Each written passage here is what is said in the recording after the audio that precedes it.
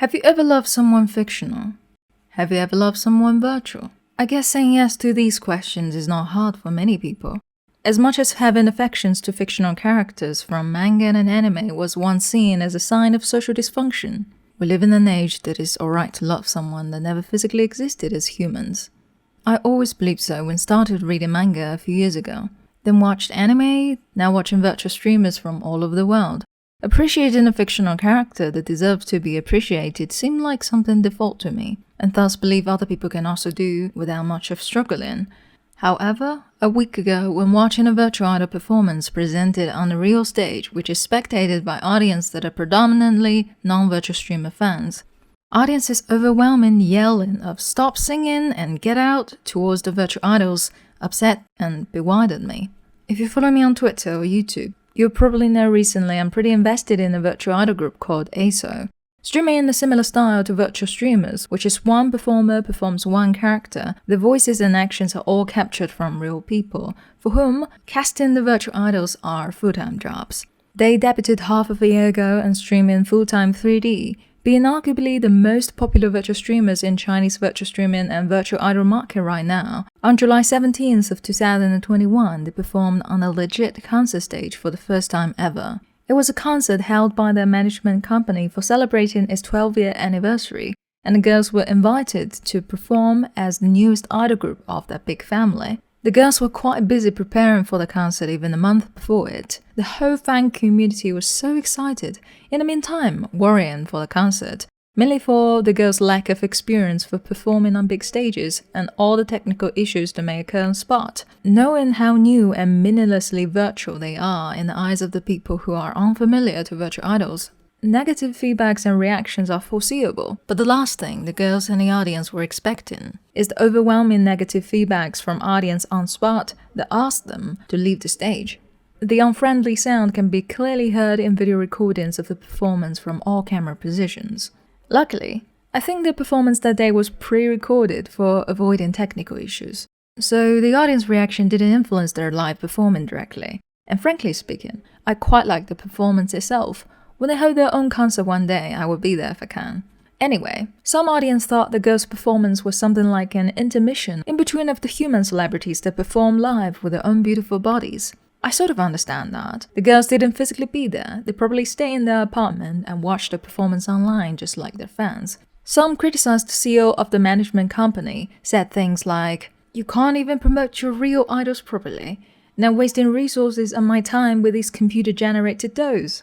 Am I paying for the concert just for some anime girls?"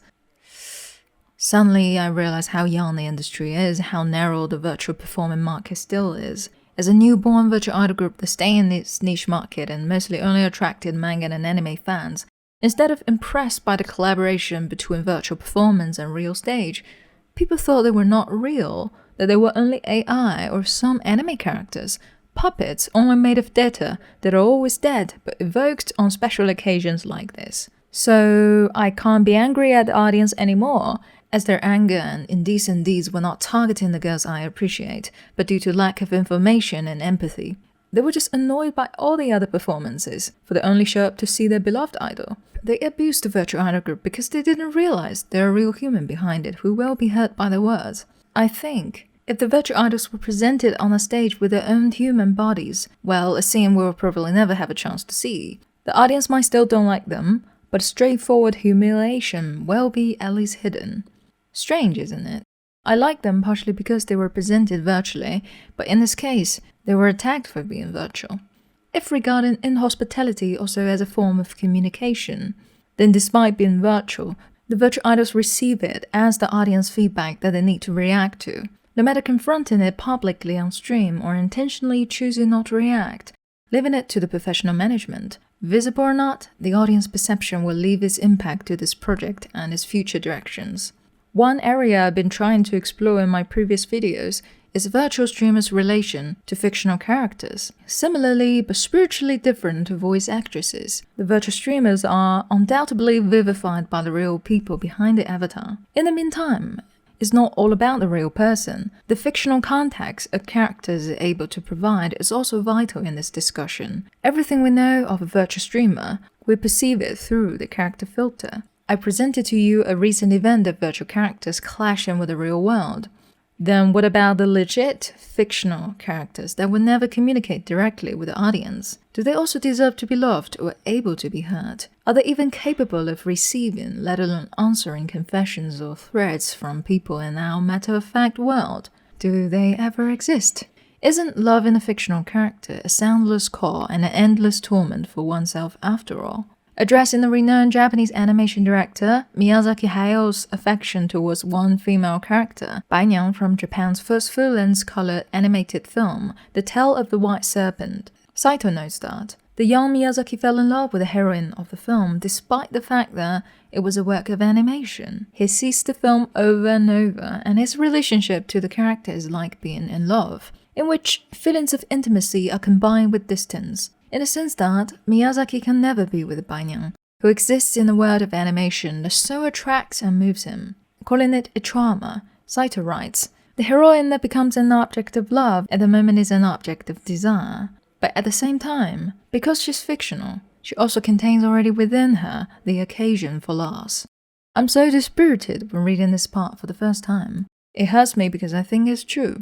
Not merely because they are fictional, thus untouchable, but also because they are fictional, they don't act on their own well. I honestly can't remember how many times I fell in love with the characters for their glamour maybe, or certain repeating characteristics that always attract me, or just who they are in my perspective. Then, because they're mostly female, unsurprisingly they almost always show up as the object of desire, the glamorous other to the normal. They sometimes got undressed for stupid reasons, have romantic plots no matter sensible or not. It hurts me every time seeing their charisma and agency dismantled by the author and the allocated Prince Charming. Every time it just reminds me clearer that these beautiful people never existed. Even they do, they stay in cages for the whole time to be gazed at. The most recent example of it, well, my most recent trauma would be in an animation film called Paprika. When watching it with a friend, as much as we were both impressed by the staggering art design, the ending for the female protagonist Atsuko Chiba disappoints even annoys us, especially me, because I like her more. Later that day, when we were having some really nice cocktails, I'm still confused by how abrupt and redundant that the intelligent and sharp Atsuko Chiba was in the end conformed to an ordinary marriage. It's not even romantic, but so sudden and clueless. It feels more like completing a mission which requires a happy ending. But how could I ever consider it a happy ending? Seeing the ethereal and cantabile Paprika who run through people's dreams freely, now calmly writes in a letter that her surname was changed to his. The love and appreciation I had accumulated in the earlier 80 minutes of the film were shattered to pieces. For me, the character was murdered in the last 10 minutes. She transformed from a vivid and charming character to someone's possession. Is it her fault? Not at all. She doesn't even exist. When she shows up and every man around her shows the love interest towards her, she's so overtly glamorous that we need no description of the man's mindset. As long as she confesses, then it's a done deal. Should she consider it an honor? No. It's just a projection of and even arrogance from the sculptor who also sees her that way. In some cases, however, the loss of autonomy of a character might be considered a good thing. When the virtual idols first step into the traditional entertainment industry, other than people's confusion and prejudice, surprisingly, another thing that I heard most frequently is that the fans no longer need to worry about the ugly soul hidden beneath the beautiful facade of a celebrity. A statement like this sounds about right. From my personal experience, I hesitate less to watch the content where the star is virtual. For one, animated faces texture is always smoother, hence easier to be accepted. For two, there's nothing called the facade in the sense of virtual character. Everything we see is everything that already existed.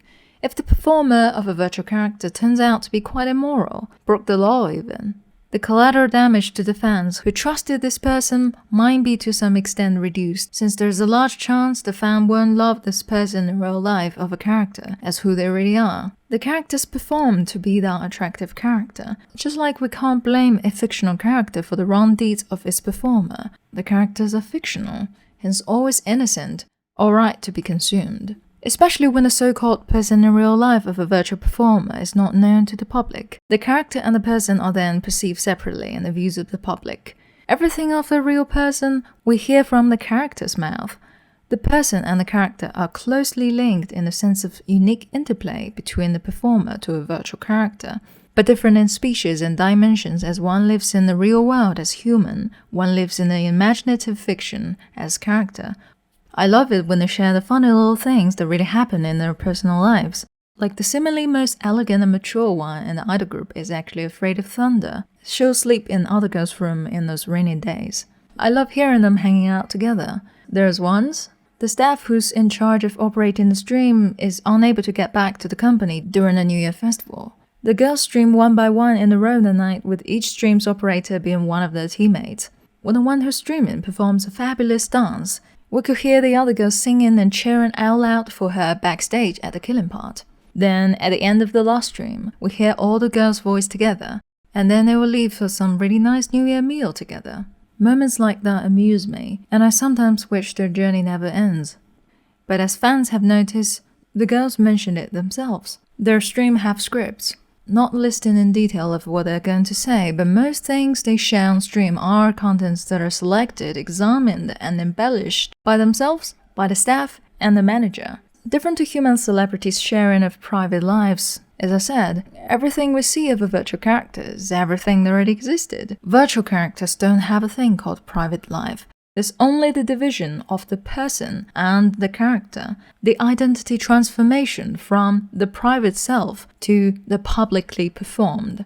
Therefore, sometimes I felt these are no longer moments that made me feel closer to their lives, but private lives of theirs that are ready to be commercialized. In the meantime, contributing to the process of building their glamour and intimacy to the audience.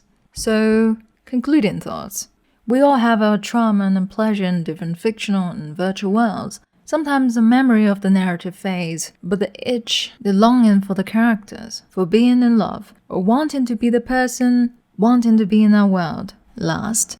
With that being said, harming the author, spamming info, and even stalking the performer of a virtual character should never be the right solution. Yes, things like that did happen. For me, the itch keeps me going. I first started doing research on virtual streamers because I don't know why they attracted me. Somehow the sense of insecurity and distance they have to get me is accepted by me to be part of their attraction and glamour. That's it for this video, hope you enjoyed it. If you like my content, you can follow me on Twitter and buy me a coffee at Ko-Fi, link in the description. I'll see you in the next video.